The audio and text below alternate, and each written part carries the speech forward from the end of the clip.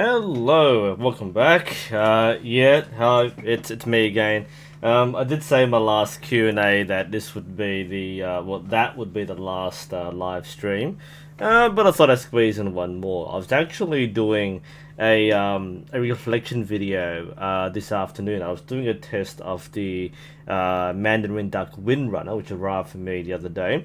I'm going to do a review on that very shortly. But halfway through, I kind of realized that I didn't charge my camera battery, and I've been trying to get back into shape, so doing more physical workout, trying to squeeze in a regular practice, if not using the Olympic recurve, then at least having some kind of practice somewhere. Try to avoid the chat window there. Someone did mention, it was Sandra who said that I should enlarge the text on the chat box so they can see without using full screen, so that's a bit larger. Hopefully. But I have to kind of avoid the text over here. I'd like to be eating like words, quite literally. But yeah, so I was doing my filming in the backyard, and yeah, the camera was in charge, and it was quite hard to do a reflection while shooting. It's funny because I tend to like do a lot of self-talking when I'm around other people, so talking to the camera, talking at the camera is something which comes naturally, but yeah, it was just too distracting to shoot and talk at the same time, and that's kind of been something I've been thinking about recently, is whether I'm just spending way too much time trying to explain things to people, whether through YouTube or just being the instructor at the club and just not focusing on my own shooting. So that's something I'll be doing more hopefully in 2018. But hello, this is like I said before, my last live stream for the year, which is like 2 more days to go. So I have nothing really planned for this video. This isn't a Q&A. I haven't looked up any questions, anything. This is kind of like my own personal reflection on my year.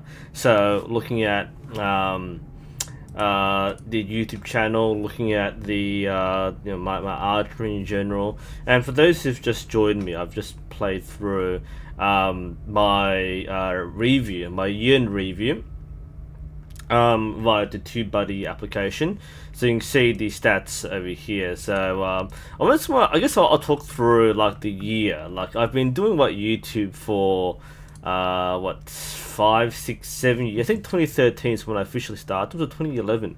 I mean, I didn't do archery videos for a long time, so I think 2013 is when I really started doing archery videos, and the finger tab video was the first one. I still find it funny that that was the one which like started the whole archery thing. Like I didn't want to do archery videos, but I started doing archery. I looked up archery on YouTube, and there was nothing there except for you know, Grizzly Jim and Jeff Kavanagh. So I made like the one video, but the one thing I knew, and now we've got like 5 or 6 years on. You know, I've inadvertently become like the most searched person on YouTube for archery. It's funny, like like at this point, the Facebook milestones or memories where they kind of bring back photos you put up like years ago. There's a photo I put up like a year ago, or like 4 years ago, where I typed in like NUSensei, and it was the first time it became an autocomplete search result.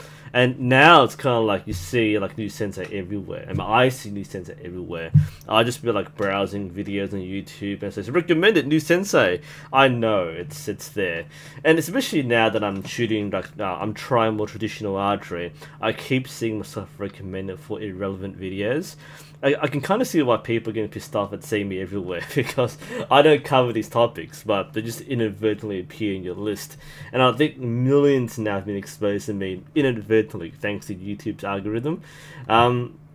But yeah, so by the way, hi Luca, and hi everybody joining me. By the way, feel free to just jump in and ask questions, because I have no agenda really. I'm just going to talk through kind of some of my highlights this year, milestones for the channel in general, and looking through kind of where we've come this year and what next year we'll have to offer, because I'm kind of like not sure what to do next year.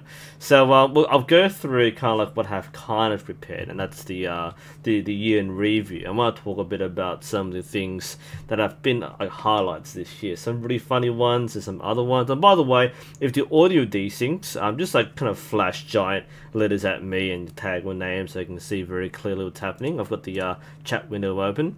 Last time there was a bit of a CPU hiccup, so the sound desynced by about like 6 seconds, which looked really freaky.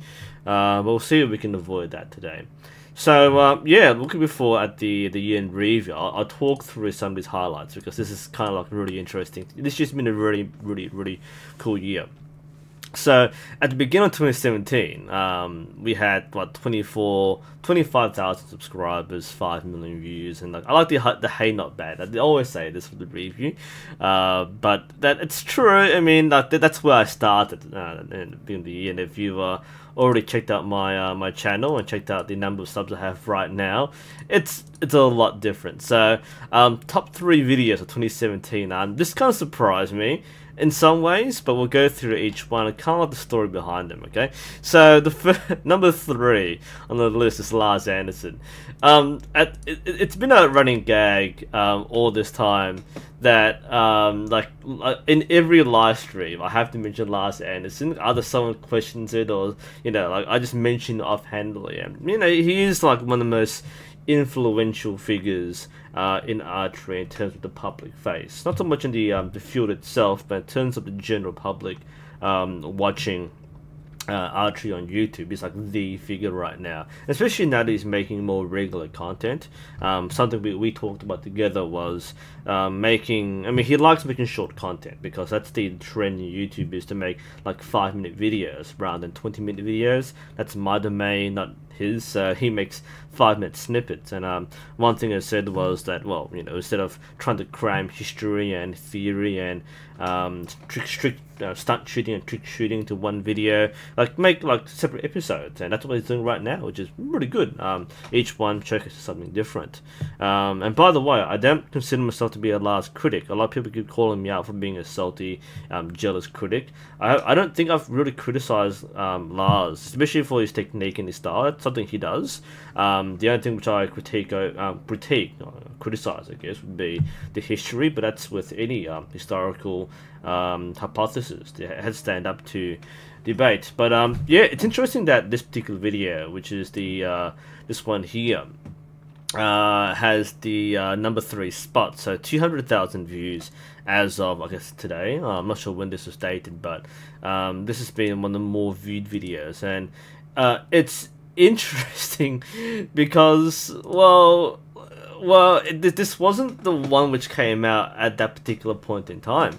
The one that I made, because he made his return to the YouTube scene after like 3 years of silence, or 2 years. So he made a new level of archery like you know, 4 years ago or 3 years ago. Then it went quiet, and then it came out with the what was it, the Once There Was Archery. I mean, that's the one that was deleted because I made the video like within 24 hours, spotlighting what I thought were logical fallacies. I think this is something worth discussing. Is look, I coach people in debating at school, and part of the study of history is going through debate. And you know, I wanted to take this to a level that wasn't just you're jealous, you're wrong, and blah blah blah. The reason why I came out so fast with that particular video was last time when Lars made the new level archery, Skeptically Pwned came out the video first very quickly, and that was a lot of I mean, it was an interesting critique, but I didn't think it was put together very well. It came out in a snobbish way, and inadvertently you have the Lars and anti-Lars, or anti-Lars for you Americans, camps, where the anti-Lars is supposedly represented by Skeptically Pwned, and Lars has his own fanboys, as just sit in chat there. So and Skeptically Pwned, it does not represent the archery community, so it's interesting to kind of take note of that. I lost some train of thought now. yeah, so Skeptically Opponent came out with that video within like a few weeks, and that was like the most viewed response. So I wanted to make sure that with the Once There Was Archery, that I came out first with what I thought was the right attitude towards appreciating, but also providing the critical level thinking for that video. So we that's why I did it so quickly. But that video, of course, drew a lot of criticism, as to be expected. That's something which we just brush aside, shake it off. But I'm surprised that this video here was like the main one. The one I'm looking at here, like that particular video, I'll answer questions a bit later. That one there, the why don't people shoot like Lars Anderson, it was not the response. It's something which I did much later on. I think this was right after he did the episode 2 of Turning Arrows, and it didn't like coincide with that particular one. It just happened to be the video which came out, and I just brought in a general thing because in the weeks or months leading up to that video, there was a lot of criticism of my perspective, my attitude towards Lars. And the main question is, well, why don't you shoot like Lars? Or why don't, well, you shoot like Lars, so other people shoot like Lars, because he's like the #1 archer. So that's why I made that particular video. It was to answer that one question, why don't people shoot like Lars? Not because Lars is, I'm not criticizing him, it's more like, well, why is he so good? Why is he the only one? And it's funny because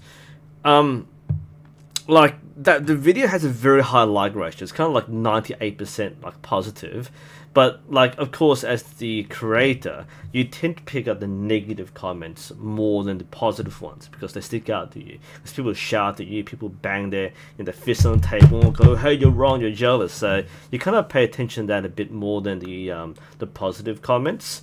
But yeah, that was kind of like the video which was like the one answer, which I didn't think was a great video, but like people really took well to it. Like I think the arguments and the points were, I think, presented as cleanly as possible without criticizing Lars. It's more about the big picture of what archery is.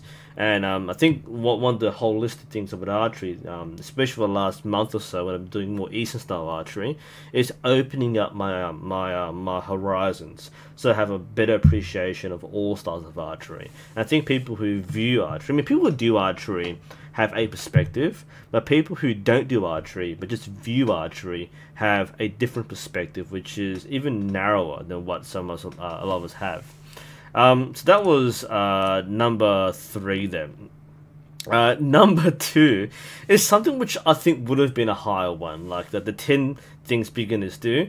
That's been a very interesting video, but I'll show that. So number 2 is the 10 things beginners do and why you shouldn't. That was made, I think, very early in the year, and that stood out to me as perhaps, I mean, it was my highest viewed video for most of the year. Like the moment it came out, it became a big hit. It didn't go viral, but it was shared a lot by clubs and other pages, because I guess like the whole idea of this video is like, this isn't an instructional video. A lot of people who've been commenting on the video saying, "Oh, you're a terrible instructor, you're not clear, you don't explain things." This isn't a live demonstration of how to teach people. This is like a summary, a tongue-in-cheek summary of what happens on a typical day at a typical range. And by the way, I'm not an instructor by profession. All right, some people keep saying that, "Oh, you're an instructor, you get paid for this, it's your job to not complain and whinge." It's not my job. I don't get paid for archery. I'm a volunteer, and again, this isn't meant to be like a criticism of the learners. This is just an observation of what we go through as learners and as instructors. So yeah, some people do get annoyed. That's just the way it is. I mean, I personally don't. What I explained in that video is what I explain to people in real life, and obviously I'm not going to say, "Oh, use 3 fingers, you dickhead." That's obviously not the way we teach. But it's just a curious observation of some common habits that people have when learning archery. So that was meant to be the ultimate primer, just like 10 things I see every time I run the line. And that's actually taken off quite well. And I think some of the big comments there was like how more people have learned more in like 20 minutes than they have in like 2 hours on the line or something. So it's nice to see that. I mean, it's a fun video. It's not meant to be taken like I'm criticizing you or learners and putting people off. There's some people who are a little offended by apparently my arrogant attitude, but you know, that's the you know, it's a fun video. Just take it as it is, and maybe you learn something from it. And the last video, the first video rather, is this one. And what the hell happened here? Like, I like how like someone made a comment when this hit like 200,000 views. Like, I thought this was a regular NUSensei video until I saw the view count. This is crazy. And this is what like going viral means, and I find this to be hilarious because it's not Lars Anderson level, I know, but this became like recommended on YouTube somehow. I don't know how, I don't know why, and this wasn't because of Lars Anderson. Like the other ones are driven by Lars often because it's a shared video, but this one, it was made as a camera test. This was an unscripted, unprepared video. This was like the second video I shot with the new camera. The first one I published because it came out better. The other one was the beginner bows video. That was a talking head one. This was a demonstration.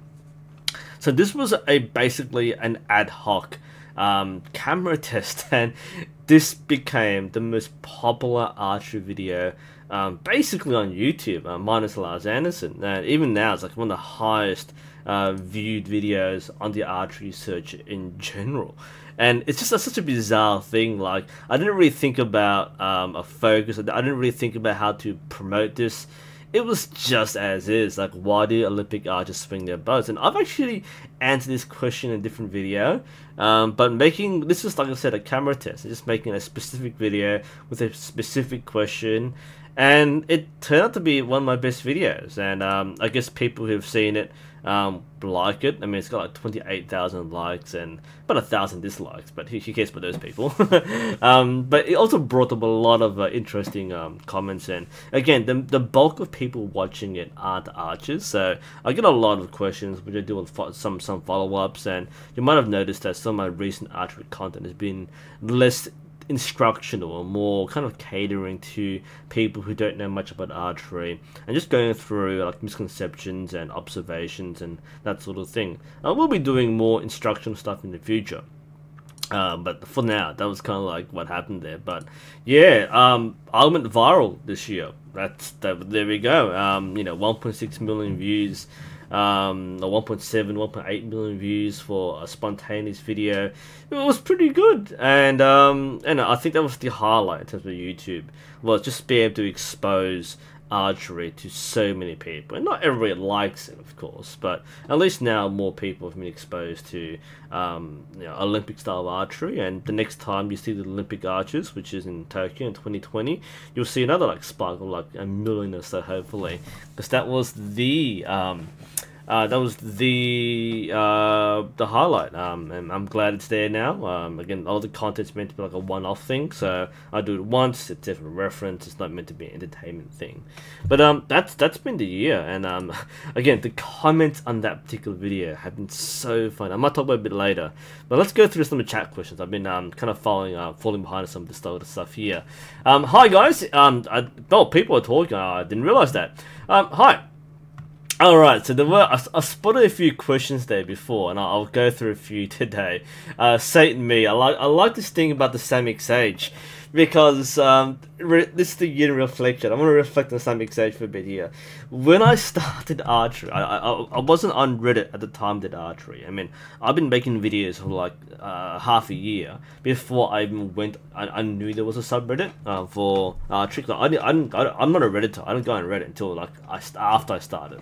And then after I started going on Reddit, that's when I started making a lot of videos to address the questions which people had about archery. Because at the time, Reddit was full of Samick Sage recommendations. And in some ways, Reddit was kind of like a mirror of Archery Talk. I'm not saying anything about Archery Talk, but I think even Archery Talk realized that everyone's recommending the Samick Sage, and that was like the most downvoted thing. I mean, today the most downvoted threads are Lars Anderson threads.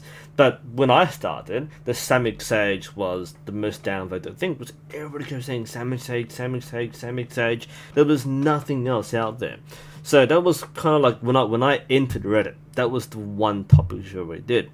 Now, a couple of years back, Three Rivers Archery, the Three Rivers, like I don't buy from them because they're in America. I don't really shoot trad, so they weren't really like on my radar. But I knew about them as one of the biggest trad stores or retailers in the US and North America. They contacted me and offered to have a sponsorship, have a partnership, and I said that's really cool. So, you know, they knew that I wasn't a traditional shooter. I shoot Olympic style. But I like working with people, and I knew who they were right away, and I went, hey, sure, we'll do it. And I gave them a few options, and option 4 was, it's an April Fool's joke, give me a Samick Sage. And they went with it. They said, we love the idea, because my plan was I'll do the April Fool's video on the Samick Sage, because that was the meme at the time for Archery, was the Samick Sage.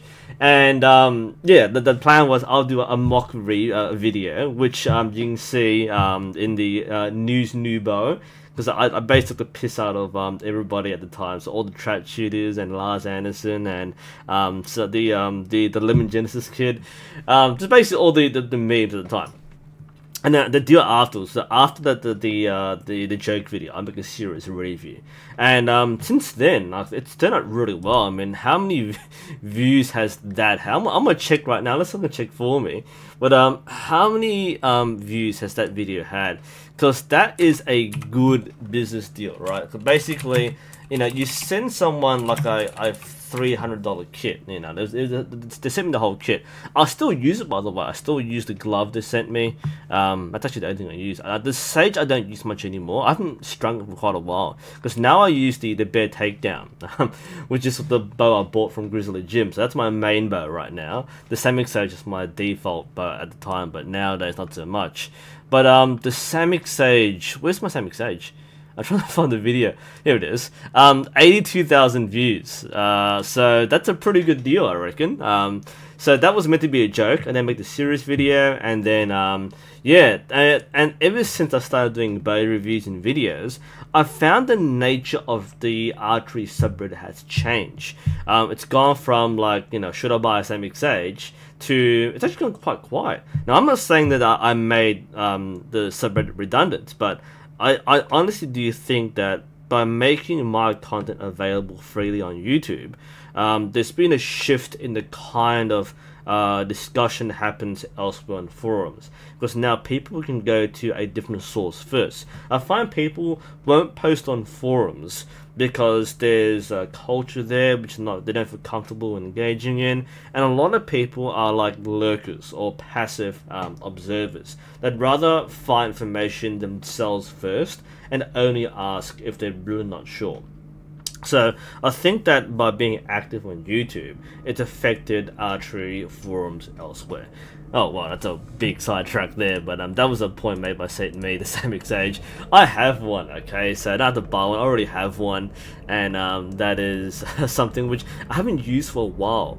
I had been planning to kind of bring it back, because I was planning on doing a video on multi-pin sights, and I wanted to pimp the Samick Sage, but since I've got the Mandarin Duck Phantom, I might put on that instead as a demonstration. But yeah, like Mandarin Duck has been like the Samick Sage this year, so everyone's searching for Mandarin Duck, and people are saying, oh, it's a Samick Sage versus the Mandarin Duck Phantom, what should I buy? So I'm going to do a video on that at some point in the next few days, plus the Windrunner as well. But yeah, like back then for Samick Sage, now it's Mandarin Duck stuff. So that was that's my response to you, Saint Me. It will change your life. Actually, it has, and I think it's given good business to Three Rivers. And I always say, like, I don't want to be greedy. Like, people, when people contact me and offer me things, I don't want to take things. I only ask for things for a particular reason, and not because I'm greedy and say, just give me a bow. Although I can do that nowadays, but I do it for a reason rather than for. Cause I have too many bows. Like, I could give them away, but you know, it's a bit of a hassle to give bows away, and most people already have a bow, so it's kind of like, well, why do you want a Mandarin Duck Phantom, or Mandarin Duck Windrunner? But yeah, that's something which just happened here. Again, I'm falling behind the chat because I'm sidetracking a lot, but it's a fun, you know, live stream. There's no Q&A here, so just go for it. The Angry Red Panda. If an archer is left eye dominant but right hand would, I'm on the right window here. Yep, sorry. Would shooting right-handed with the left eye closed be a viable option? Yes, if you're shooting cross-dominant, then you can shoot with one eye, and some people really have trouble switching eye dominance when shooting, so closing the eye is an option. The thing with shooting with your eye closed is that you're adding strain to your face. Every time you bring the arrow up there and you're closing your eye, so if I'm left eye dominant, then I have to close my left eye. That adds strain, and when you're doing this for hundreds of shots per day, that can be quite stressful. It alters your facial stability, I guess. So I guess what competitive shooters do is they use an eye patch if you're shooting on a target range and you can't change your eye dominance. But yeah, shooting with one eye is definitely something you can do. Most people shoot two eyes because it's easy to see the target, shoot, and you know, it's a bit easy to acquire target with your binocular vision. But you can shoot with one eye, so that's completely fine. DZ TRBD God, I'm not sure what that stands for. Who's the best YouTuber who does compound bows? I don't watch compound shoot. I mean, I like watching a compound competition for like World Archery, but I actually don't watch compound archery channels. If I had to like name a random one, I'd say Cameron Haynes. But yeah, there's not much in terms of target compound. There's a lot of hunting compound, but not much target compound. So if someone wants to make target compound videos, then there's a wide open market there. I think most of the stuff just covering the hunting stuff applies. But like again, when I entered YouTube, like the dominant content on YouTube was traditional archery, so Grizzly Jim through Merlin Archery, and now it's back to Archery Adventures. And Grey Archer and Jeff Kavanagh. Back then, they had like 3,000 subscribers. It's kind of like they were the biggest ones back then. Now everyone's grown, but especially me. And the other part was hunting compound. So either you're track shooting or hunting compound. So yeah, I don't really watch other compound channels because I'm not interested in the compound. Never really have been. I might do it one day, but I don't really recommend it that. Let's see, the Legend 27 are recommending, I say, War Thunder and Archery. That doesn't relate. I suggest stick to one thing. No, a lot of people say you should make separate channels. I'm not going to do that. The main reason why I don't separate my content is because I'm not a full-time YouTuber. The people who make multiple channels are full-time people, often with teams. Like you have like multiple people behind the scenes, and they do this as a job. I barely have time for one channel and one topic, let alone 2 or 3 or 4. The channel was never meant to be an archery channel. It was originally a gaming channel. It was designed to be like a vlogging channel. So my original intent on the channel was to make vlogs and stuff like the main inspiration for me when I started my channel was Nat Tram, who does community channel. She's based in Sydney, the Australian Vietnamese YouTuber, and she has like millions of subscribers now. So she's kind of like my model at the beginning, but obviously that I never followed that. So the channel evolves as I do. So as I do more things in my life, the channel encompasses these things. Like I said at the beginning, it was meant to be a vlogging with some music. I plan to cover piano on my channel, and the fact that I did archery, that's become the main thing, and gaming's been part of my life a lot. That's been kind of like where it's gone. And nowadays I'm trying to make like archery and video game content by combining both of them. So I just released the Archery Pop Shots series. I've been having that back on the back burner for quite a while, and I've just started trying it out because that takes a lot of prep time to do. But again, these are just things people don't cover. So yeah, like I organize my stuff in playlists so it's easy to navigate, but I don't find much to gain from making multiple channels. I find having like if I make like a new archery and new gaming and new whatever else, I find it to be a bit pretentious because a lot of that involves what people might call a cult of personality, and I'm not that kind of YouTuber. Like I make content which is something you would go to watch, but I don't create communities. I mean, I have one, but that's not what I don't like drive people to my community and lead them. I'm just making content and people enjoy it. So if you don't watch stuff, then that's fine. But like I see a YouTube channel like a TV channel. Some things you don't like and you don't watch, so you don't watch them. Some things you do and you tune in. So to me, I find it easy to manage one channel. If I split my stuff in 2 or 3, trust me, I'm going to forget about all of them because it'll be too much for me. And the moment that YouTube feels like work, I'm going to stop. And that's what I've been thinking about a lot. It's not work. I do get paid for it nowadays, but I don't see it as something which I want to commit that much time to. It's not my goal in life. Whatever happens with YouTube happens, and everyone benefits, but not why I do things. I just saw a question, by the way. Do you have time for playing piano at all? The last song that I learned that I wanted to share on this channel was Terrorist Theme from the Final Fantasy VII piano collections, and that was one of the first songs I learned, but I never learned the whole thing. That was like 3 years ago where I finally learned the whole song and I wanted to play it on YouTube. I never did. And I can't play it anymore, so I have to rebuild. And like with my archery, I have to rebuild a lot of my things I've learned. At the moment, my piano is like a desk, so I have to clean that up first. Yeah, I have to clean that first, and then I might do some more video stuff, more piano stuff. But wow, that's a good question there. I just jumped the queue, but I just saw that in chat. Alright, so let's see. Other quick questions. Alex the Great. Cross dominant again. Yeah, all I'm gonna say is like you shoot what you feel is most comfortable. If you're cross dominant, most people should shoot with the dominant eye because it's easier to learn things with your opposite hand. It might feel awkward at first, but eventually you can learn things with your opposite hand if you dedicate time to it. One thing I did a couple of years ago, because there were small things I like to learn as a person, because why not, right? While most people might be watching their favorite TV show or playing the game or playing Call of Duty another 10 rounds or so, there are things I'll go, oh, I want to do something which has some tangible value.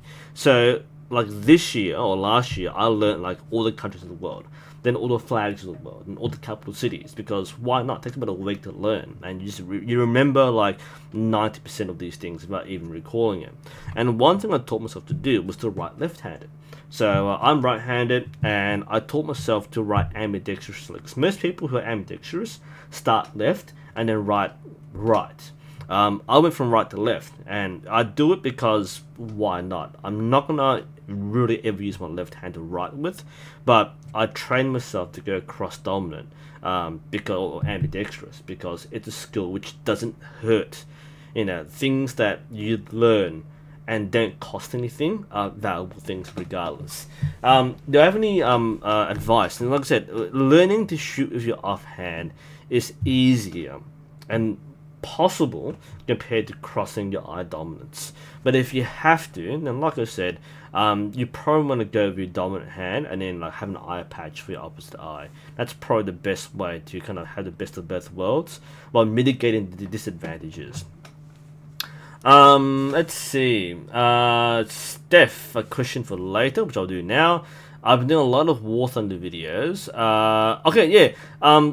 the direction of my channel. That's one thing I'm thinking ahead about, because yeah, I mean, Archery will be there. I mean, the reason why I love War Thunder is because like there's been a new update, so I'm covering a lot of things right now. I'm gonna finish War Thunder, and the moment I get all the tanks done, I'll probably stop playing it like regularly. Like, it doesn't really make, like, it's not really fun to me anymore. I keep saying that, but there's more updates. As far as direction goes, actually, I don't know. Like, I'm kind of tired now. It's like the end of the year. I'm not really. I mean, there are things which I've been planning to do for Archery for a long time. By the way, yes, Draven, I said terrorist theme or teenage theme for the Japanese version. So I can play Terror. I mean, I don't have the piano like hooked up right now, so I can't play it here. But next time I might have a shot. But yeah, like in terms of direction, I don't know where I want to go with the channel. Like I said, I don't really make the channel to create a community. I make things which are centered around what I do. Archery will still be there because there are like so many topics which can still be covered, not just reviews, but tutorials and commentaries and motivational things, and these are things which you can always create. I don't feel there is a limit to what I can do with Archery and Archery content. But yeah, I still want to cover things beyond Archery, things like teaching and education, advice for you know, like just like lifestyle things, the way I see things in life. You know, I've gone past my young days. I've kind of like reached that level of age and maturity, which hopefully. That was bad timing. Well, mid sentence. All right. Yeah. So I'm gonna kind of share my outlook and life a bit more. Especially the thing that affects my life the most is teaching, and you don't see many, if any, people document their experiences as a teacher online, because, well, there are many reasons why, you know, professionalism and audience and so on, but there are a lot of people who want to know about, or who should know more about school and being a student, and especially being a teacher. I mean, one of my best achievements this year was working with a student teacher who I met years ago, and actually mentoring her to the point where we coached her to get a job at my own school. So that's kind of like the whole process there, and that become full circle. When you teach people to become teachers to basically take your own job. So I want to talk more about teaching. I'm not sure how to do that, because there are a lot of things which I can't talk about as a current working professional, because, you know, that's my job on the line, literally speaking. But there's just so many things which, you know, it affects people in general, especially anyone who thinks about education, and especially in piercing the shroud that comes around the profession. Like, I don't, honestly, okay, my first step in the wrong direction here, right? I don't feel at times that the people who represent the teaching profession are the best people to do so. It's kind of like how, you know, if you criticize the profession or you criticize teachers, then you have a spokesperson comes down and says, oh, that's not the way it is. But it just reinforces that perception. And I'm not saying that I'm the right person to you know, represent the whole profession, but at the same time, like, you know, I'm that guy who just makes YouTube videos. There's no barrier between myself and you know, the viewers. So if I have an opinion, I can share that. So that's something I can do, and I might want to do at some point in the future. So did I say Final Fantasy 7? No, Final Fantasy 6 I meant.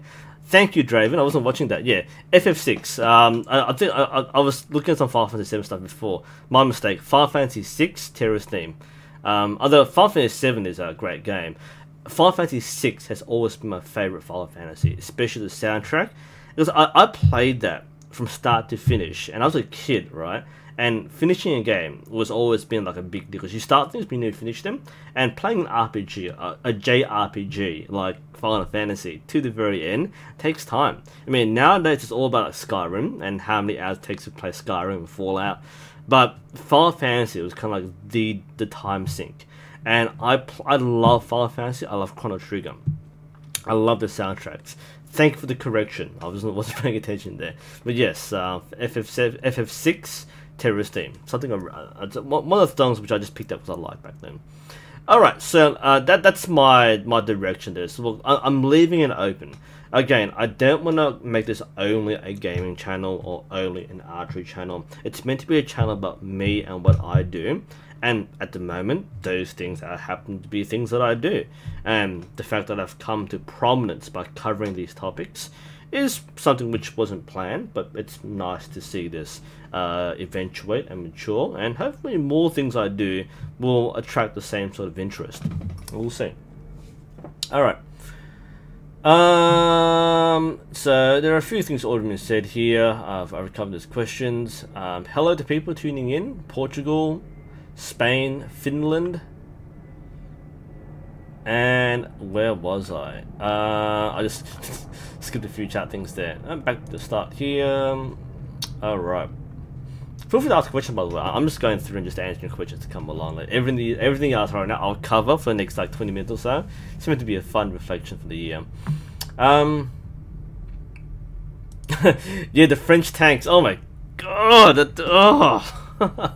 There are okay. War Thunder rant, alright. Look, the thing of Gaijin is that their philosophy in tanks is to make the tanks based on the historical specifications. What separates War Thunder from World of Tanks is that Wargaming, who makes World of Tanks, they want to make a balanced competitive game, like an esport. Whereas War Thunder is meant to be a close approximation to what was in real life. So planes with very realistic modeling and tanks with very specific specifications.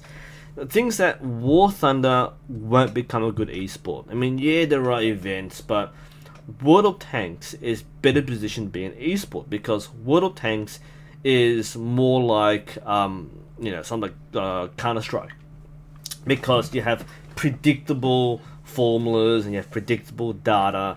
It's all there, and plus there are soft values. So you can change things. Whereas for War Thunder, they've kind of hamstrung themselves by not moving beyond verifiable secret documents, right? So that's a problem. And the French tanks, yes, in real life they sucked. Especially the one-man turrets. I mean, like, we're saying it now in 2017, but back then they were cutting-edge technology, where one French commander had to fire the gun, let the gun command the tank, and it was a squadron commander command the whole squadron. It was insane. You thought the Soviet tanks had really bad ergonomics. The French tanks were undoable in real life, and in the game, it's even worse somehow. But man, playing through the French tanks is terrible. I thought British tanks were sad.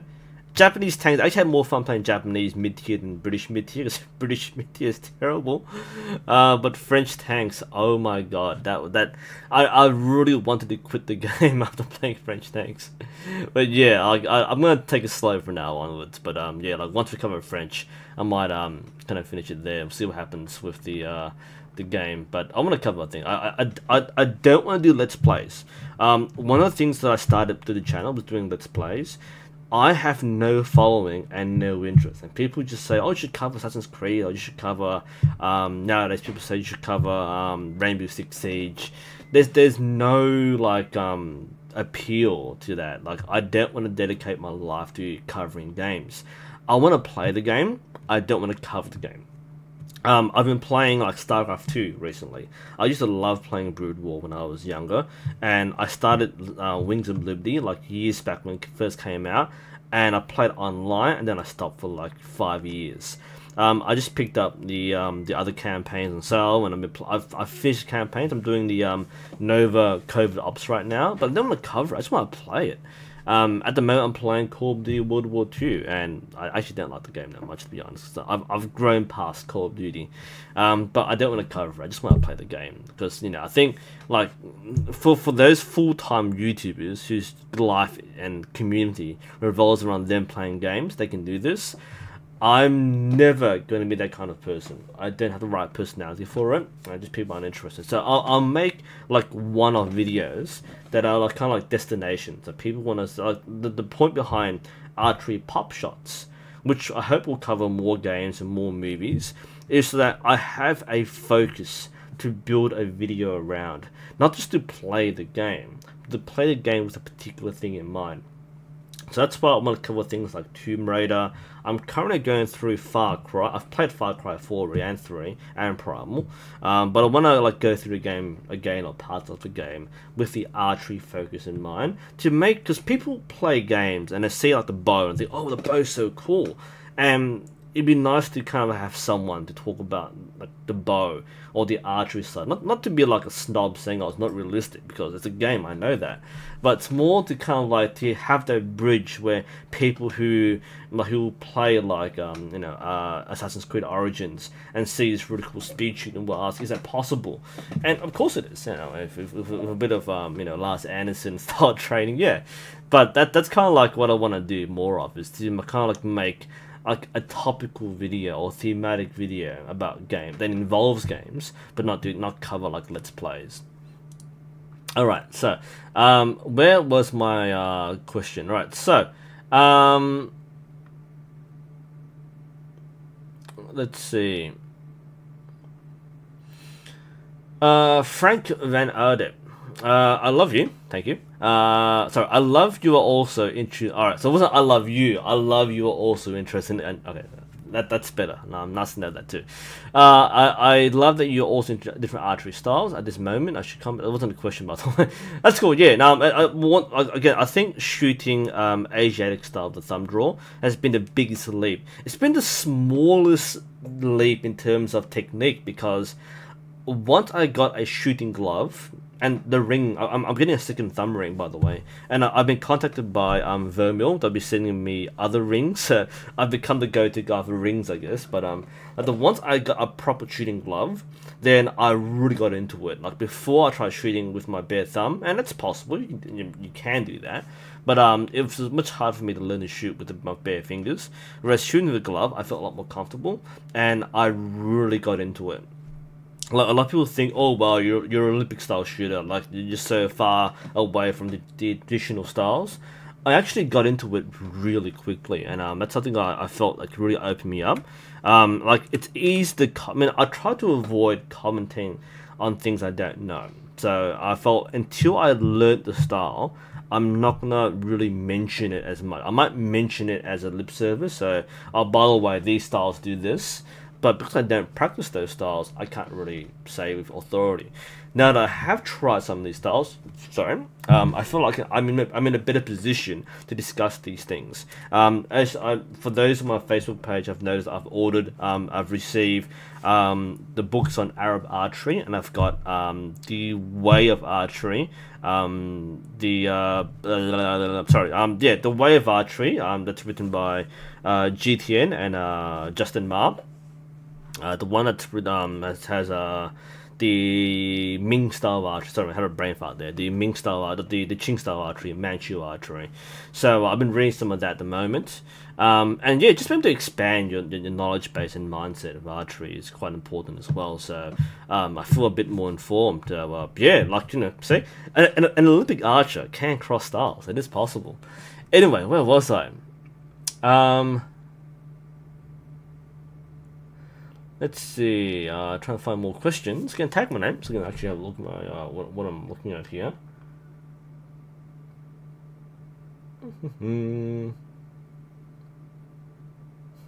Fabian says, the king of archery, NUSensei. Oh, thanks. Again, it'd be nice to actually be good at archery. I just teach people. I'm not that good at it. Northy, hey Northy. Started archery at 46, done 48. Yeah, no. One of the questions I'm getting a lot recently is, I am X years old, and it's usually like 60 plus. Can I start archery? Of course you can.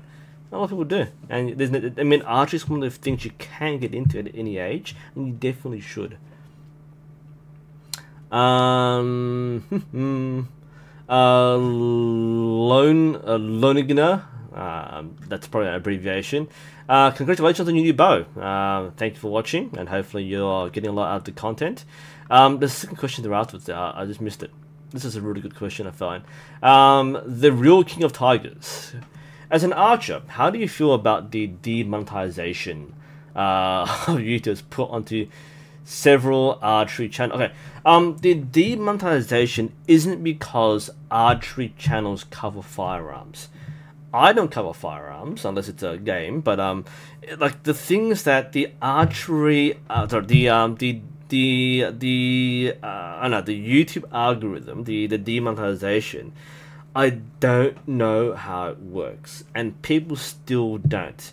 I mean, I have a suspicion that it has to do with your not just the thumbnail description, but also it's like your video content, even without being released. I imagine things like the auto translate will pick up words like shoot and arrows and war, and they will demonetize it automatically. Now, the fact that I think YouTube as well have expanded their employee base to have more manual reviewers is helping. So I'm finding that my videos which get demonetized have been restored a bit more quickly than before. But it's more for an archery channel. It's more of an annoyance rather than a big thing, because it feels like that you're being tagged as extremist, or as much as we try to make good content, that the system doesn't help us identify what they don't want. So we make the content, and well, bad luck if you get tagged. And again, most of the stuff gets removed really easily. So unless you actually are making extremist content, that's pretty bad. The big case there was, I think you're referring to Jörg, who does the slingshot channel. He got into a lot of trouble for that. I mean, he was restored, but the fact that he got hit with one of the videos was pretty bad. And Thane Thran was what I'm thinking of there. So he's not an archery guy, but he does HEMA and historical weapons. He was tagged pretty badly for one of the videos, which I think he remade a Japanese firebomb sort of thing. It's not just archery channels, it's just in general, the way they've done this has been horrific. I've been hit by it, not as hard because it's not my job, but I've been hit by it, and it's just frustrating because you don't know how to avoid it. We're not trying to circumvent the advertiser friendly rules. We're making legitimate content, but when you make content that and you don't know how to, I know, like, we don't want to avoid it. We want to work with YouTube. But YouTube isn't giving us information on the tools to show us what we can do. But at the same time, they want us to make these mistakes so they can improve their algorithm. It's not conducive for them doing things. Like it's like they want you to suffer by having these things which are tagged against you so they can improve. But it's just, I know you can avoid it. I know you can put it on private and let it handle itself. But you make content, you want to publish it right away because you want to watch it right away. So yeah, it's not a bad thing for archery channels, but in general, it's just really crappy. It's a really bad system which is put live way too soon. You're screwing up people's livelihoods to get the system right. That's not the way it should be. They should have been trialed first, and then once it's functional, then you make it real. When people are losing thousands, like 90+% of their revenue because of a broken system, that is wrong, and that is a really big black mark. When YouTube made the rewind video, I couldn't stop thinking of how much that these people have been hit by demonetization. It's kind of, you can't justify it. You can't hit back and say, oh, you can't watch a YouTube announcement and say that, oh, they mean really well. It's kind of like the demonetization and YouTube has been the equivalent to what is basically EA and loot box. And gaming, by the way, loot boxes and EA have been it's been the best year in the wrong kind of way.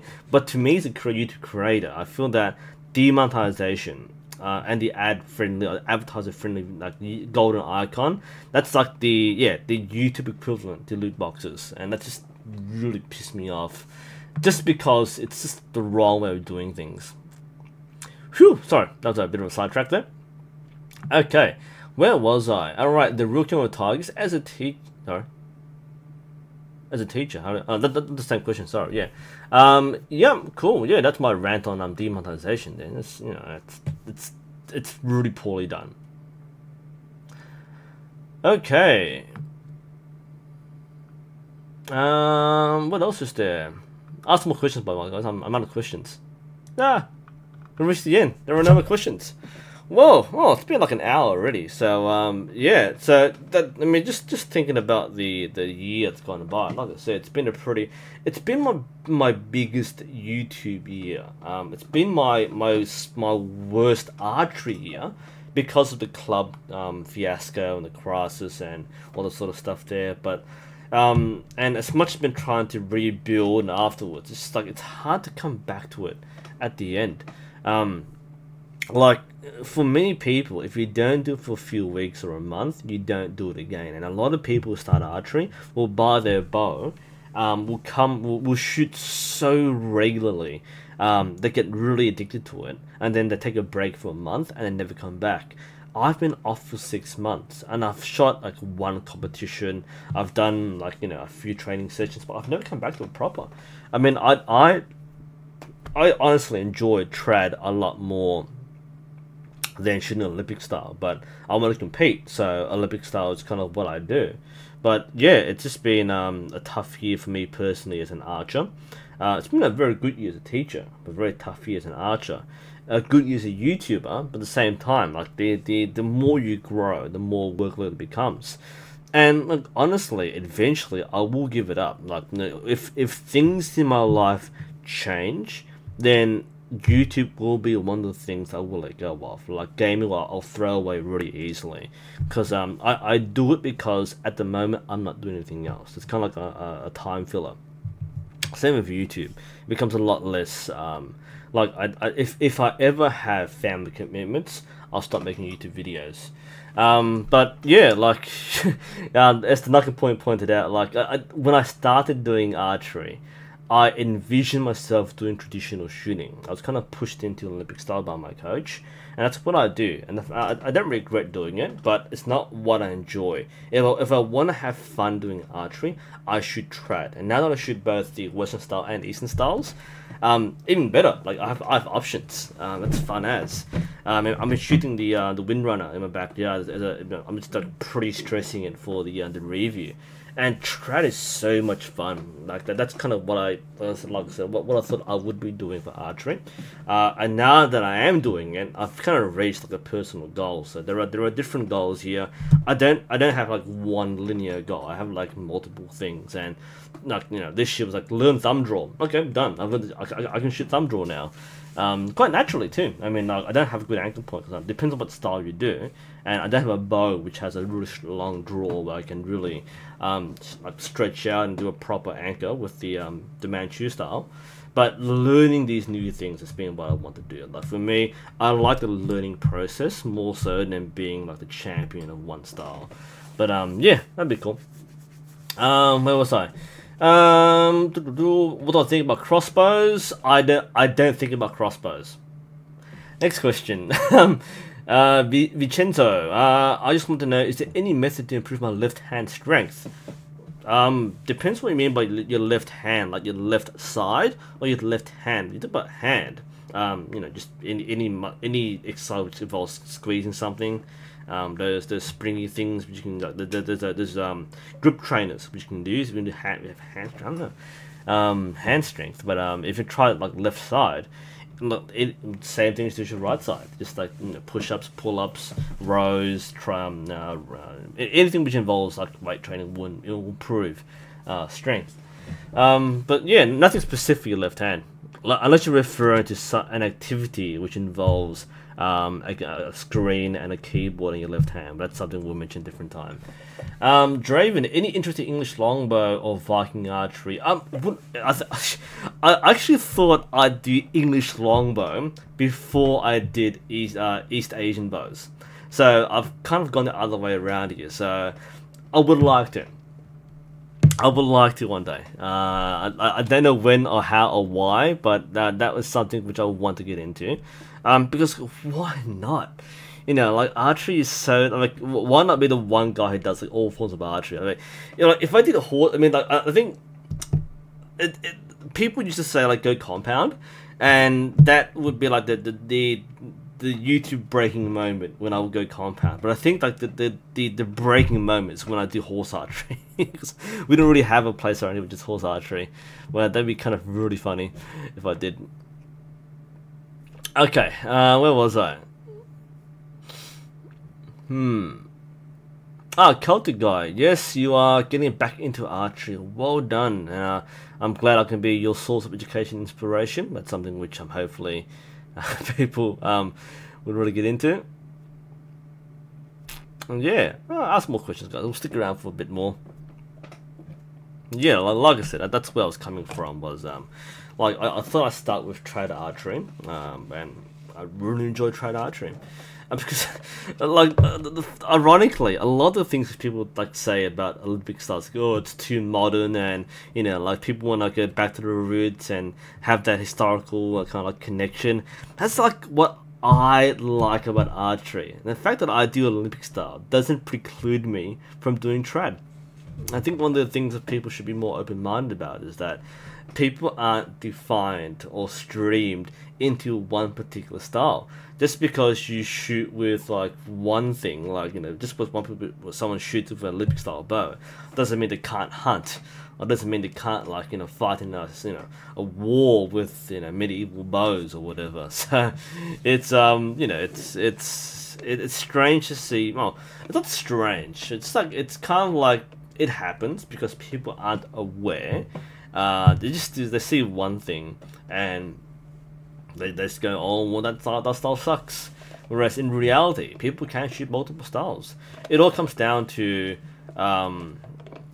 your time investment. Like money is one thing. Like if you have the budget, or if you want to spend money on mini bows, then sure. Back when I did the recurve versus compound video, people say, oh, you should do both. And I said, well, it's true, you can. The main reason why you don't is time. Money is not so much a problem, because eventually, if you want to buy something, you will. But it's the time which costs more. You can buy multiple bows, but do you have the time to shoot them? Because, you know, if I was to compete in Olympic style, then I'd just spend a lot of time shooting Olympic style. Whereas, you know, any spare time I have would be the Olympic style. Like, I have to shoot more of this. If archery was the only hobby I did, I would have time to shoot everything: compound, recurve, trad, and just have fun. But archery is not my life. It's not my one and only passion. It's kind of like an adopted passion, something which I do, and I've grown to like a lot. I've grown into it, but it's not like I can't build my life around archery. That's kind of like my problem now. So I have very limited time to do everything. Let's see. Oh, Sebastian has a point. I want to train with a rental bow for a year, and then buy your own. You know, something which is different about Germany and a lot of European clubs is you have rental bows. We don't have that here. we don't have rental bows. I mean, we provide bows for learners, like just the basic wooden recurves, but we don't rent bows. Whereas I know places in Germany do rent bows. You can actually hire a bow and then your own proper target recurve, just a simple one, but you can still hire it out before buying your own. It's one of the first things I learned when like making videos was people say you should hire a bow. It's like, well, wow, okay, I didn't know that. Like, it's just the fact that you can, and I can't process that. It's just, like, I admit it's something which is why I try to make I tried to make my videos as broad as possible, so that people that like when people comment or they reply, they kind of have a narrower perspective on, based on what they know about archery. So their advice it's not bad advice, but it doesn't apply to everybody. Whereas I keep it open so that people can insert their own and then insert their own experiences. I know Sebastian just clarified it's not rented from the club, from a shop. Yeah, like the shops do rent out bows. That's what I meant, sorry. Clubs don't really do this, but shops do. You can hire a bow. It's like I didn't know this, right? But most people know this. You can hire cameras. You don't have to buy the camera. You can hire a camera. So if you're only using the camera for like a short project or one-off thing, you can hire it for a much lower price than actually buying it. Now, I bought my camera because I want the camera, but you can hire things. And the same with bows. Like bow shops will offer you, well some bow shops in Europe, I don't know elsewhere, but in Europe, hiring bows is normal. That's why I'm saying, if you can, like, before you buy, try. So that's a good thing. So thanks to Sebastian for clarifying that. And limb exchange, absolutely. Interesting system, and I think a very nice way to get more people to archery is have a hiring system. We don't have that here. Very, very interesting though. Draven again. As far as your desire to make videos about teaching as a profession, I'm sure how it is in Australia. In the US, teaching does seem to be respected or were compensated for. Thoughts? I find in Western cultures, I'll say probably first world developed nations, and Western, especially ones in the Anglosphere, teaching has a lesser level of respect. And I'd say the same in Australia. Teaching is a profession which is not held in high regard. It's held that stigma of the job that people do because they can't do anything else. The fact that I chose to be a teacher is something which already makes me stand out from other people. And a lot of people want to be teachers. But like I wanted to be one because I'm really passionate about learning, so that makes sense for me. Now, in my own culture, in Asia, teachers are like the highest level, like alongside doctors and lawyers and engineers. Teachers are very highly respected because education traditionally has always been important. When you think about like going back towards the mid 1500s, the like hundreds of years ago, like education was required for positions in the government. Like they had to go through the examinations. This is something you learn about Chinese history, and the Vietnamese history has the same background. Like the Mandarins had to undergo exams, and hundreds of years later, you have a super competitive education system because what you do in education basically dictates what you do in life. So the Asian cultures, Korea, Japan, Vietnam, China, they've got a super competitive education system. In the West, things are quite the opposite. People go for innovation and flexibility and creativity. So that's why a lot of people from Asia, international students or immigrants, will do super well in the sciences and maths because their parents come from a tradition where these things are valued. Whereas in the West, you can be like a high school dropout or a college dropout and then make Microsoft. that's like kind of the problem here. Like you have a society which values different things. That was also the problem, but because society will reward kind of like creativity and lateral thinking and problem solving, then you have this difference in the way teachers are respected. So again, in Asian cultures especially, teachers are very important because they have traditionally, historically been very important. And even talk about like the communist revolutions, teachers have always been very highly regarded. You have workers, you have soldiers, and you have teachers. They form that the top level of professions which is super important. That's always been the case. Whereas, yes, just to answer the question from Draven there, yeah, I find that being a teacher here, when I work with Asian parents, they hold you in the highest regard. Like you are like just as important to their life, their family, their children as a doctor. When I deal with, I mean, like parents in general are generally good.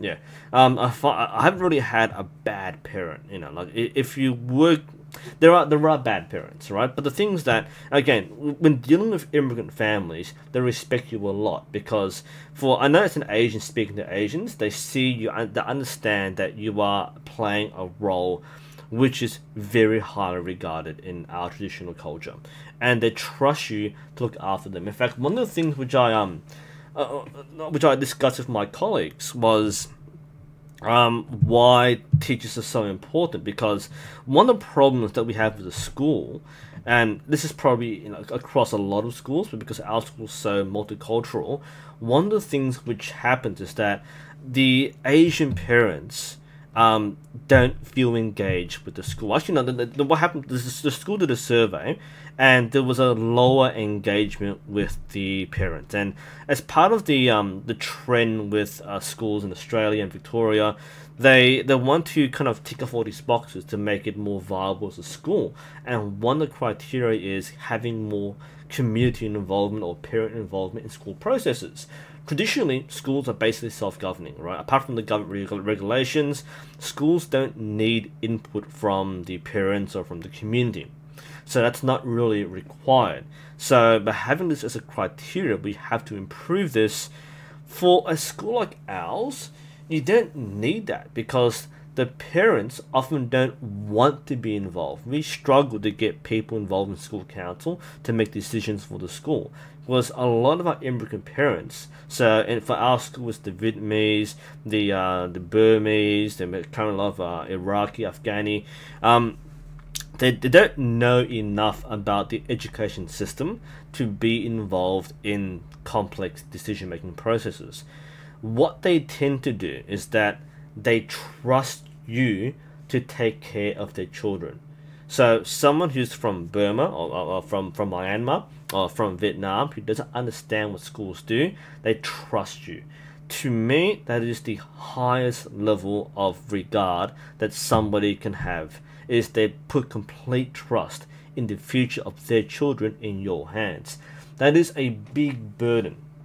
But the current government regulations or the current development plan or roadmap, they want more parent involvement. It's kind of like, well, if a school that has good trust with the audience, the parents, tries really hard to communicate and get more people involved, to me it sends out the opposite sign, like the opposite message.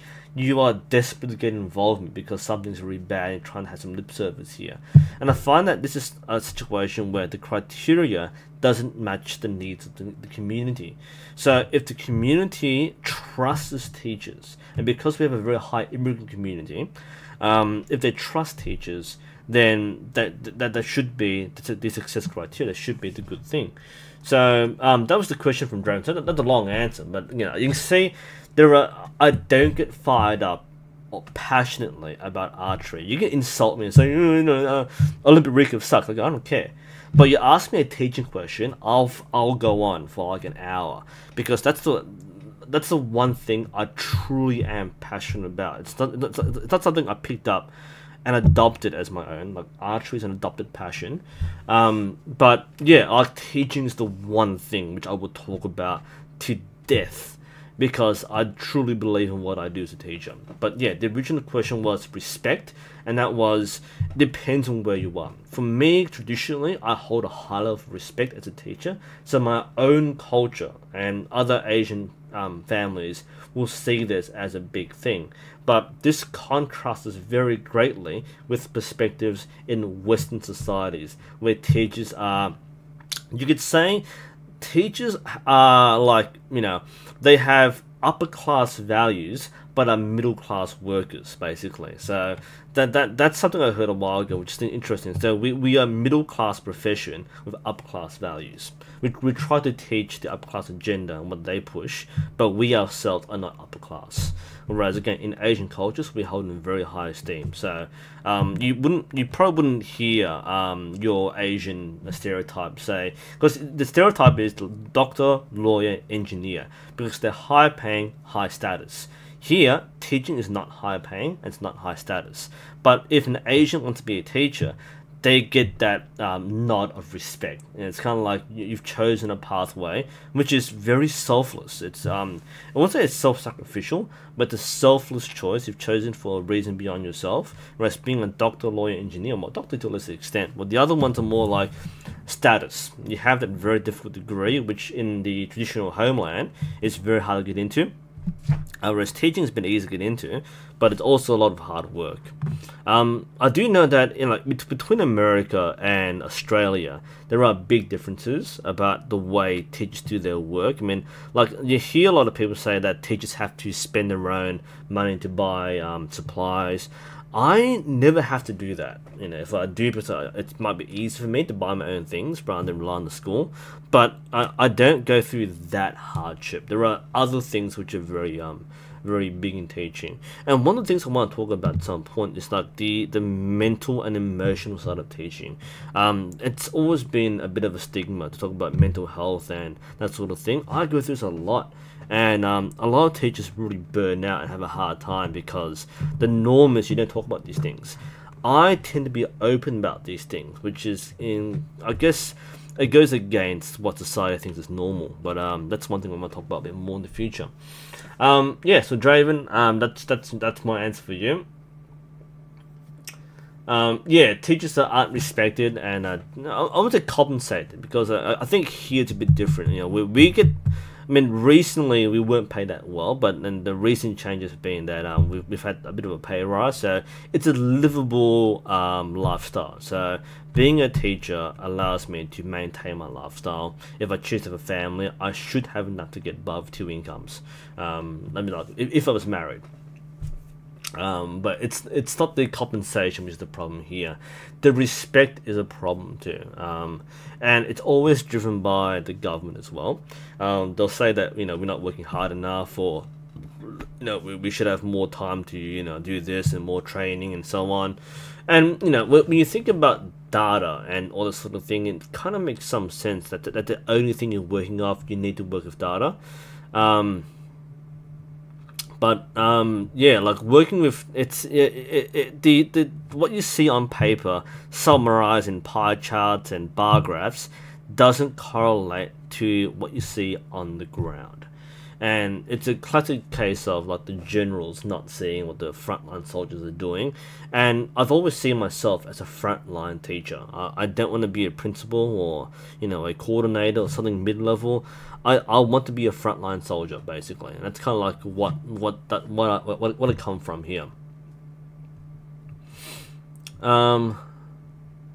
Alexander, I hear in Western Europe there's 10 years limit for teaching or something. I don't know what that is. If someone can kind of inform me a bit more, I think someone knows more about this. I don't know about this. There's no limit for teaching. A lot of our teachers have been around for like 30 or 40 years even. That's my goal. Is I want to teach for like 30 years. Right? That's a milestone right there. I'll be entering my 10th year next year as a teacher. I'm that old, yes. But yeah, I haven't heard about a limit there, so I'm not sure. It's interesting if there's a limit. I know people are talking about it. Could you clarify what this limit means? Does it mean that you can only teach for 10 years before you retire, or is it something else? I want to know. Because that'd be similar to what the Americans call the policy, where like if you don't like get promoted in like 10 years, then you basically have to retire from the army or the navy, in order to maintain, like, you know, new blood and fresh ideas and innovation. I'm not sure that's the same sort of thing. Alright,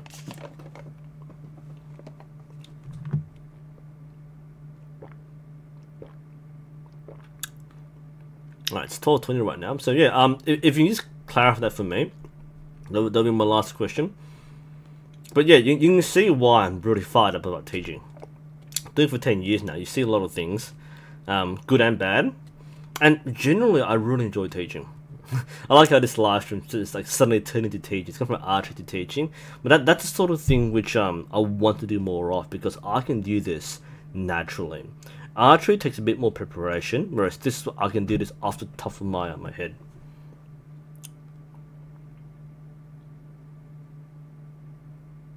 I'm trying to see here. More like you have done it yourself at least 10 years before you start teaching it. I think I understand. So what you're saying is that if you want to be like a science teacher, you have to be an actual professional scientist of 10 years. Is that what you're saying? Because a lot of people come to teaching with professional background experience, because you have two kinds of teachers, especially here. Either you are a different career and you switch into teaching, or you are straight out of university teaching, so your first choice as a career is teaching. We get a lot of both. A lot of people would choose to be teachers from the get-go, which is why a lot of the trend here, and it's something I disagree with, but it happens, is like people say that, oh, teachers these days are less literate, they can't read and write, and now they're teaching our kids. And now every teacher has to undergo, okay, every teacher now onwards, not from my time, so I'm exempt from this, but to get your registration, you have to prove that you're literate and numerate. You have to go through this test, which isn't that hard, but it stresses people out. And I suppose this is a problem which I heard it stems from primary schools, because the teachers in primary schools have to teach reading and writing and numeracy skills. And when you have a teacher who can't do math, that's a problem. But for a high school teacher, you are streamed into very specific fields. So if you're an English teacher, you're probably not going to be that good at maths to teach it. So it stresses people out for people who like want to do like science but have to prove they are literate. So it's a strange thing. It's not really relevant for high school, but for primary school more so. But even then, like, only certain people are affected by that. And again, a lot of these like nationwide or statewide regulations. I mean, regulations are there for a reason. I mean, it's good to have regulations, but are the requirements addressing the right problems? That's something I would question.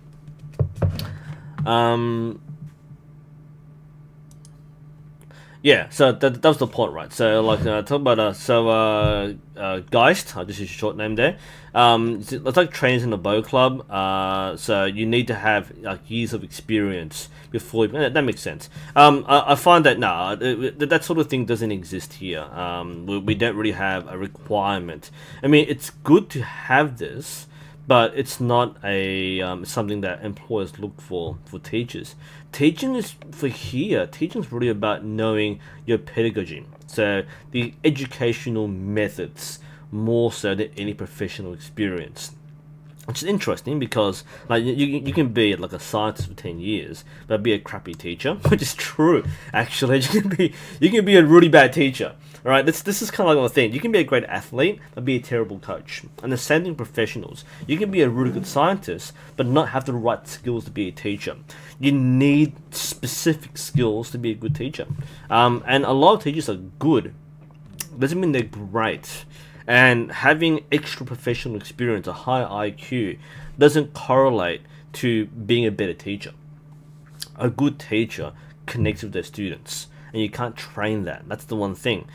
The things which make a teacher successful, the things that make students, I mean, again, the data shows results, but the more important thing is student engagement, because the person who learns in the classroom will get more from a teacher who understands them.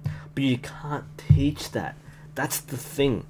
No matter what regulations are put in, no matter how many years you're supposed to have as an expert, you can't connect to a person. You can't teach someone to connect. That is something which is built from an understanding of what makes people people. And that's, again, you can expose people to it, but you can't teach it to people. That's what I find. And I've had really good student teachers under my charge who have had that understanding, who've had that that exposure. Like, I've had some of my best ones. One of my best student teachers, she volunteered for a Christian group, for her church group, and you can see right away that these people who are involved in the community, who put their time into work with people, really go a long way. Like, they have the right temperament to work with young people. And I've had people who are very smart, who can't connect with people. I've one of my milestones was actually failing one of my student teachers, which is not, you don't want to. I've had some challenging ones who've had some interesting personal flaws, but I've had one which I just outright failed. Like, we hit the big red button and panicked right away because this guy should not be in the classroom. He's graduated now, actually, so whatever he's done to turn around, if he's turned himself around, fantastic. But it's really hard to get people to be passionate in the classroom, because again, the people who learn to be teachers, who go through the education courses, they're thrown with method, pedagogy, psychology, data. Like, they're given all the educational, academic materials to become a teacher, but not the personal skills. And when I get people under my when I mentor new student teachers, then my job is to, I mean, I trust they can teach. You learn from your mistakes. So if you have a lesson which sounds good to you and you try and it doesn't work, I trust you that you learn from your mistakes. What I watch for is the personal skills. If you have the right personal skills, you will have what it takes to be a teacher. Whereas you can have like the best lesson plans, but you can't communicate, then I can't teach you that. I can show you what I do, but I can't teach you to be a good communicator. I can't teach you to be a good inspiration. These things come with being a good person. Yeah, Alexander. Yeah, it's very demanding to teach. A lot of it goes behind the scenes. People who know teachers understand what it's like. If you are a teacher, you know what I'm talking about. It goes without saying. But people who know a teacher, whether in the family or something, you know, like things like spare time don't exist. And there's so much goes on behind the scenes, like behind the facade that which you put in front of our students and our parents. There's so much more which goes on. That's why I want to pierce that shroud. The thing about the emotional side of teaching, the mental health side, because it is such an emotionally draining job where you are working with hundreds of people, young people, whose futures are in your hands. And you have to do a good job, and you have to appease the leadership and the government and the parents and the community. It is no surprise that fewer people want to do it, because there are far too many expectations without understanding what makes it click. It's very demanding. Yeah, people who reach 6 as teachers are amazing. They're the ones who've done it for a long time. But some people perhaps should leave earlier. That's for anything really.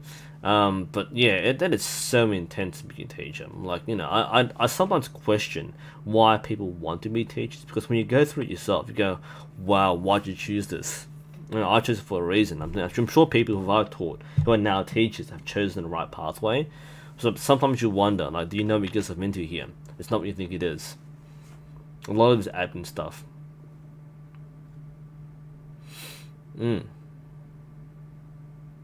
Now, Culture Guy makes a good comment here. So, good teachers have the same kind of calling as priests. I mean, when I chose to be a teacher, I did refer to it as a calling. I felt the calling, and that's why I chose to be a teacher. I mean, when I was a kid, I wanted to be an IT professional, like a programmer or a software engineer, but I dropped that. And when I was thinking about what I wanted to be, the calling was to be a teacher, and I answered the call, and I do believe that. And I just, to me, I thought everybody had that calling, and I learned through my experience as a student that wasn't the case.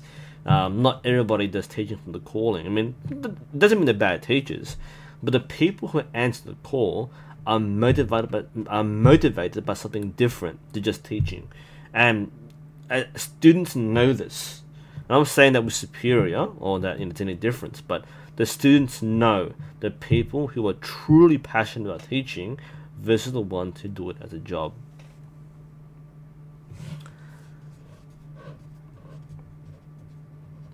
Oh, Draven, another question here. I'm no teacher, but when I was in school, whether it was a burnt out teacher or an upbeat pro, there was a small group of kids who just didn't want to be there. How do you deal with that? That's a good question. It's like I said, the key is to understand the person. You don't just teach, and you don't throw a textbook at someone and say, learn this. It's about the person first. That's what my mantras is to understand the person. Because one of the things I learned in my early years was, if you choose between connection and curriculum, you pick connection always. Okay, if there was something which happened where you had to choose between connecting with your class or having to force yourself to teach something, I would abandon my lesson and just do what it takes to be with the class, because that's the most important thing. One of my teachers, when I was in year 8, we had a really cool teacher. Not saying he was cool, but he was a personable teacher. And what happened, it was a history lesson, And what happened was there was a rumor there's going to be a fight at the local train station. And I didn't know about this, but the teacher who came in knew about it. So and for the whole 40 minutes, he was talking about the fight. It basically, look guys, no bullshit here. What's happening? Where's the blue? And those who didn't know couldn't follow. But those who did know were like, we were talking about this fight. And like it was all about having this fight and about how stupid it was, and he was going on this big rant about us being kids. And what I liked about it was that it was not a lesson; it was a life lesson. It was him telling us about how important it was for us to make the right decisions. And of course, we're not going to do that.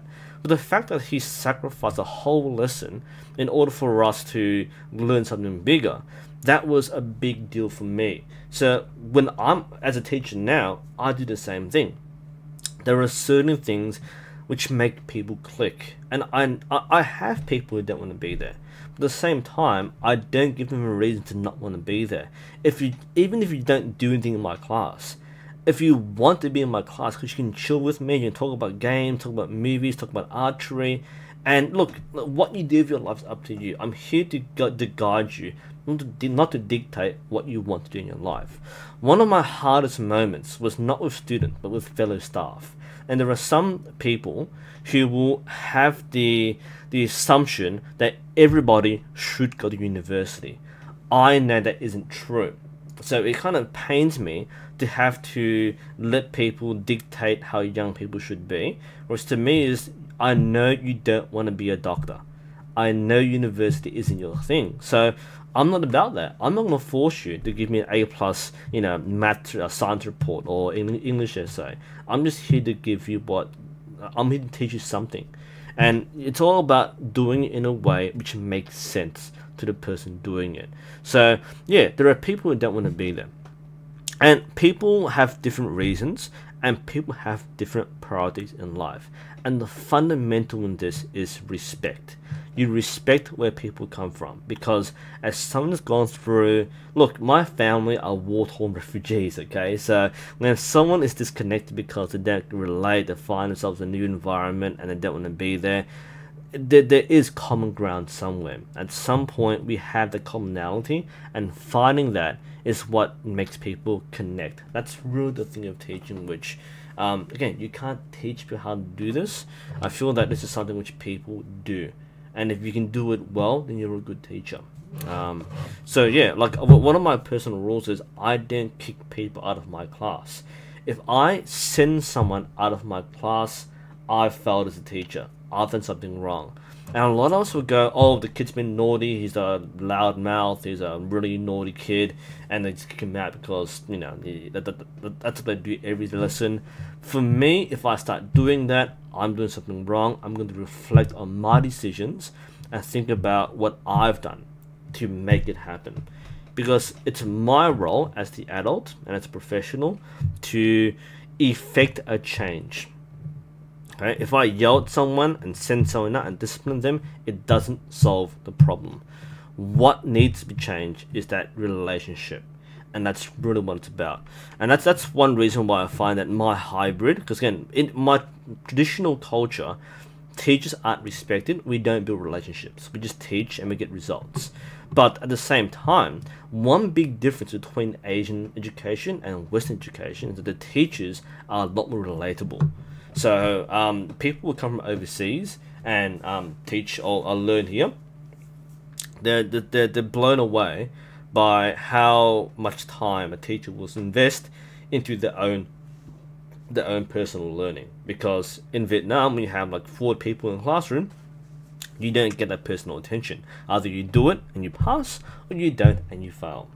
And that's much different here. We don't leave people behind here. Like, I don't go, oh, that kid's useless, we'll just leave him to fail. I do what I can to guide that person to making the right decisions. So, yeah, best of both worlds. I have that traditional mindset where we have that respecting going on. But I also have the Western mindset of making sure every person gets the attention they need, and give them a purpose to being in the classroom. Hi Leonard, by the way. Good to see you are shooting again. Compound, that's great. No, any reason to shoot's a good reason to shoot. Again, one of the greatest things about seeing people connecting to people, this is the thing about YouTubing, right? Is like people who haven't done archery for like decades and then come back to it. That's just really good to see, because people like find what they really enjoy about archery. Now they will, you know, they will remember the time they were kids and shooting with their parents and their granddad, and then to come back and bring out the bow again. It's just really good. Archery is ageless. It's timeless. It's been around since humanity, and in a modern time, it carried, like, the word timeless carries a different meaning. It means that you can do it at any time. Except now it's at 12:30 midnight, so I can't do it right now. But yeah, anyway, it's been an hour and a half. That's my last stream of the year. It is now the 31st here in the future. So thank you for joining me. This wasn't really announced, so I'm glad to have some people to hang around with. Like I said, it's been an interesting year for me. You know, in all levels. It's been interesting to share this with you along the way. And hopefully next year, like, I want to do more shooting myself. I want to get into more archery and kind of improve myself. And that's really what it's about. Anything you do that improves yourself is a good thing. And I think on that note, I will end this stream. So thank you for joining me. Thank you for being with me on my journey this year. And I do hope you have a safe new year and look forward to a nice, happy 2018. This is NUSensei. I'll see you next time.